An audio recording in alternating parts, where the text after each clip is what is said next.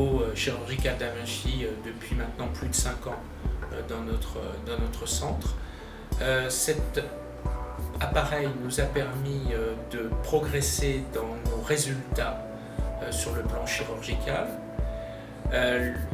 Les interventions que nous réalisons avec ce robot sont de plus en plus importantes et il est rare maintenant que nous n'utilisons pas le robot pour réaliser des interventions majeures de chirurgie carcinologique ou réparatrice. Nous utilisons ce robot principalement pour la chirurgie de la prostate, pour la prostatectomie radicale dans le cadre du cancer de prostate. Nous l'utilisons également dans le cadre des cystectomies pour les cancers de vessie et nous commençons à l'utiliser pour faire des remplacements vésicaux après cystectomie.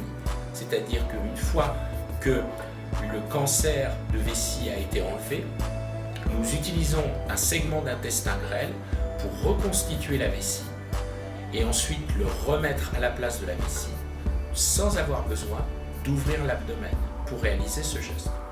Nous l'utilisons également dans les gestes de cancer du rein pour réaliser les néphrectomies, qu'elles soient totales ou partielles.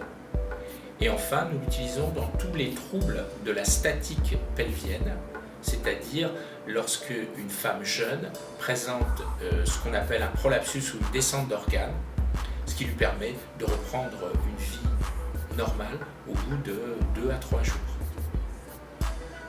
Enfin, nous l'utilisons dans les cas de malformation de l'appareil urinaire pour pouvoir corriger ces malformations sans avoir besoin de réaliser des gestes de chirurgie lourde. L'intérêt de l'utilisation de ce robot chirurgical réside principalement dans la récupération post-opératoire rapide, dans l'absence ou la diminution de l'utilisation de transfusion et dans le fait qu'en post-opératoire, les patients ont très peu de douleur.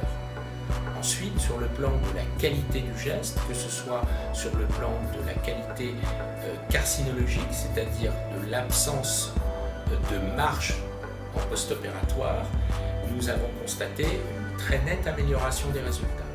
L'intérêt, c'est que nous avons un geste qui est beaucoup plus précis, une vision qui est de meilleure qualité et qui se fait en 3 dimensions, et ensuite la possibilité d'avoir un geste extrêmement précis puisque tous les petits mouvements parasites de la main ne sont pas transmis au moment de la réalisation du geste chirurgical.